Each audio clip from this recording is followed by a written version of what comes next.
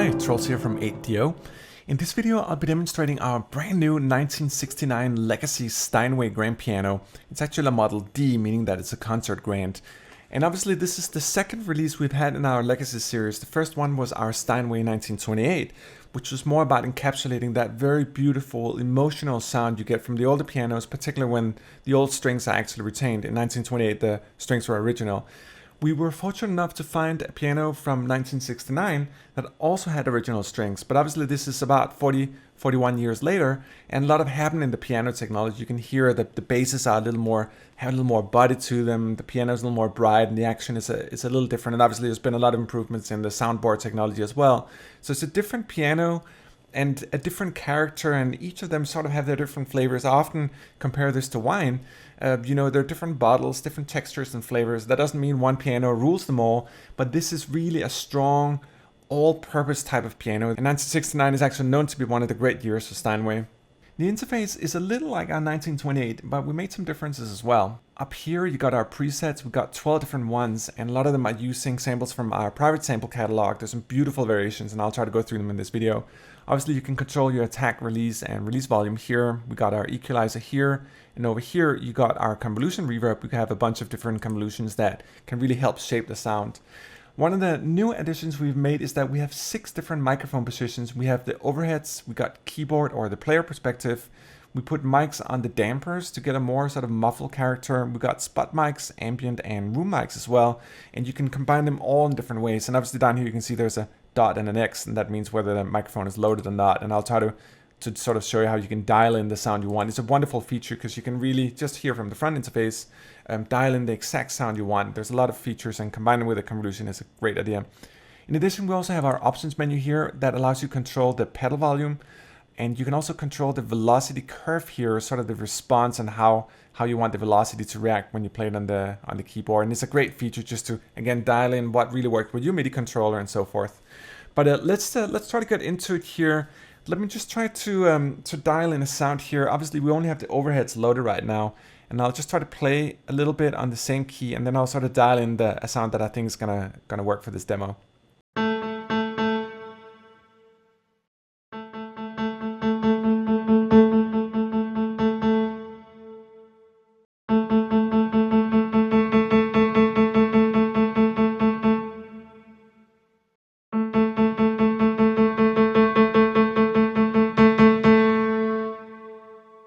So obviously you can really dial in the sound you want here. I heard some overtones here in the dampers, for example, that I like, but not too much of it. And the spot mic obviously had their own character. And it's kind of notable when you listen from the overheads alone and how much with the other ones. Let me just try to play a couple notes with the overheads here, and then hear how much body is added once you start adding the other microphones.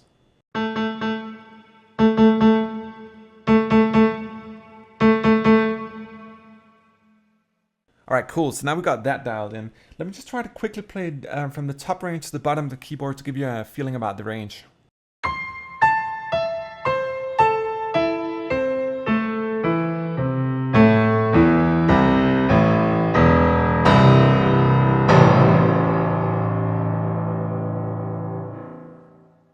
So obviously there's a gorgeous range, and you can really hear that body in the bottom. One of the things that I noticed, because I've been looking down in pianos for quite a while now, is that the piano technology for the basses particularly changes throughout time as well. In the old days, they didn't pay so much attention to the basses. I think everything was more sort of centered on the mid part of the keyboard. But as we migrate through the 20th century, you see much more sort of evolved and development in the bottom of the keyboard as well. One of the great things about the piano here as well, is really a true all-purpose piano. Let me try to play some softer stuff here, mezzo piano probably, to give you a feeling for sort of the more elegant qualities of it.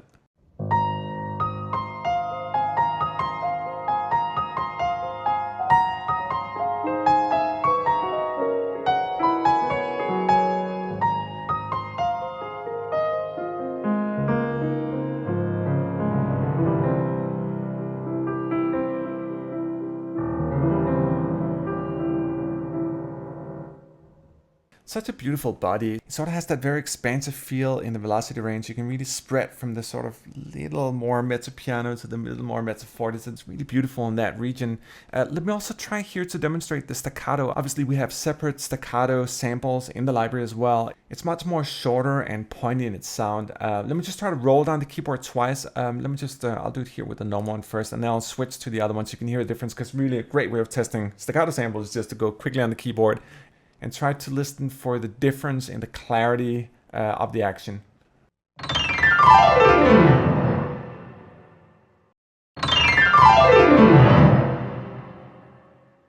You can sort of hear it's much more bright and pointy in its sound. Let me just play a little more with it here.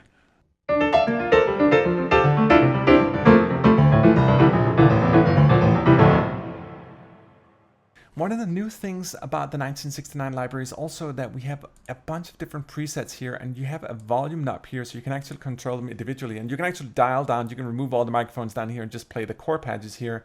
We made a beautiful variation of the piano where we took the samples and reversed them, but they're sort of reversed in perpetuity so they can last longer, and you can do a reverse thing but hold the chords. It's kind of a beautiful effect.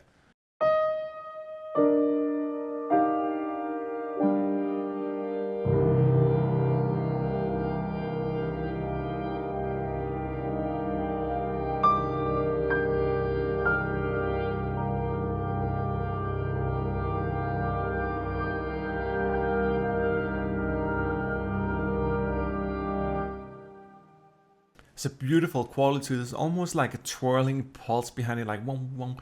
It's gorgeous. Let me try another one here. Let's try the Infinity. This one was where we took the sound of the piano again and we modified it in a way so it just lasted forever. So not in a reversed way, but just on an infinite universe, expanding multiverse kind of way.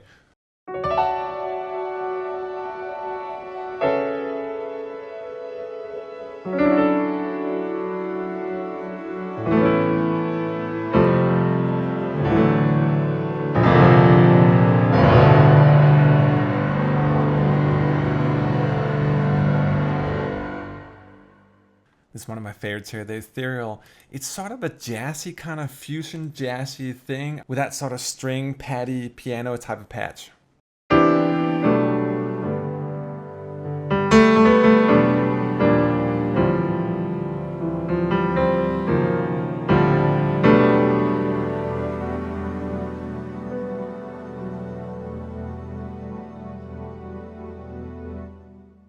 So until now, these have been sort of traditional with reversed and more ambient stuff, but we also have some more morphed categories of sounds. The Clogging Piano here, or the Glockiano, is a mixture of a specific glockenspiel we have mixed together with the piano. It's just a beautiful bell-like but still full body sound to it.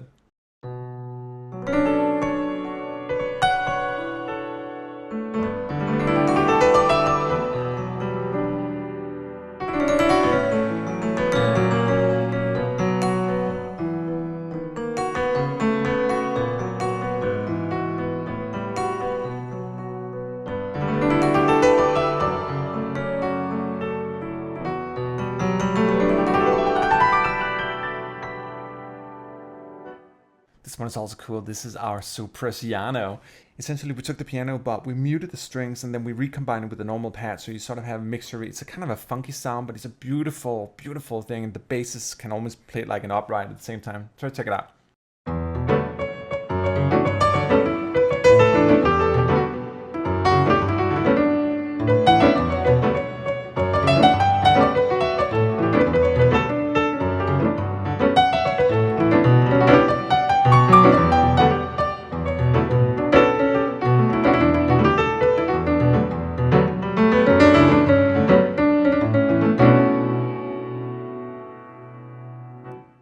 Emperor has a more sort of pop rock quality. It has a really rich body and a little sort of harpsichord, a tone of harpsichord in there, but a somewhat modern sound.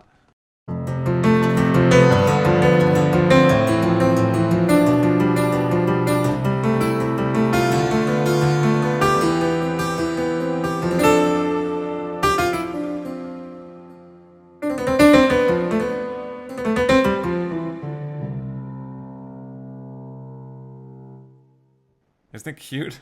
Let me also try here the golden variation here. The golden is a plucked piano combined again with the 1969 Legacy piano as well. So you get that it's a little more richer and fuller than the Emperor. And I think it would sit well in a pop production actually. It has a wide, beautiful, but bright, pointy sound.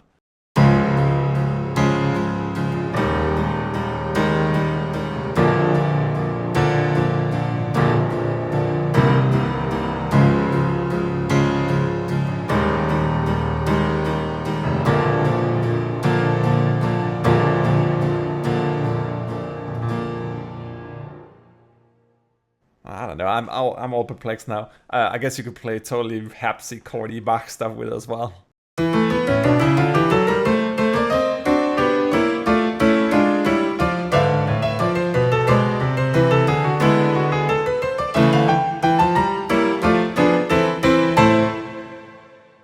Also, let me try to make an experiment here. I'm gonna load a couple of different patches, the Supra Siano and the Clogging Piano and the Future, and see if I can show you how to sequence a little patch. One of the great things about this library is that it's not just a piano library, it's actually a multi-instrument thing, and I think it's possible to make a full composition out of it. Let me just let me play something here, and then I'll try to add some tracks, and let's see what happens.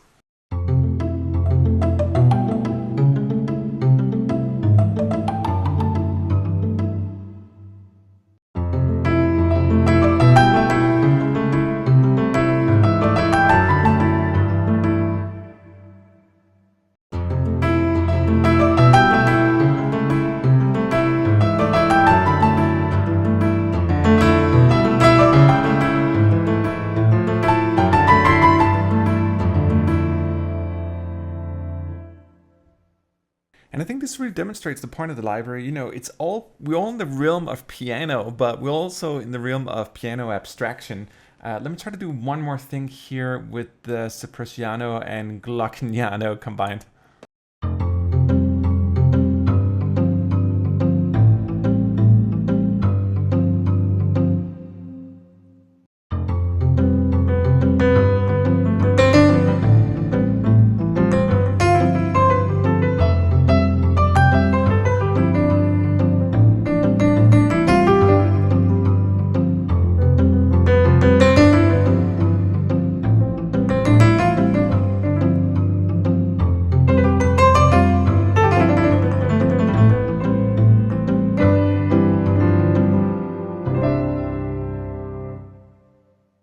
Aw, this was Trolls from ATO. This was the 1969 Legacy Grand Steinway piano. I hope you enjoyed this little venture into the wonderful world of piano, and hope to see you in the next video.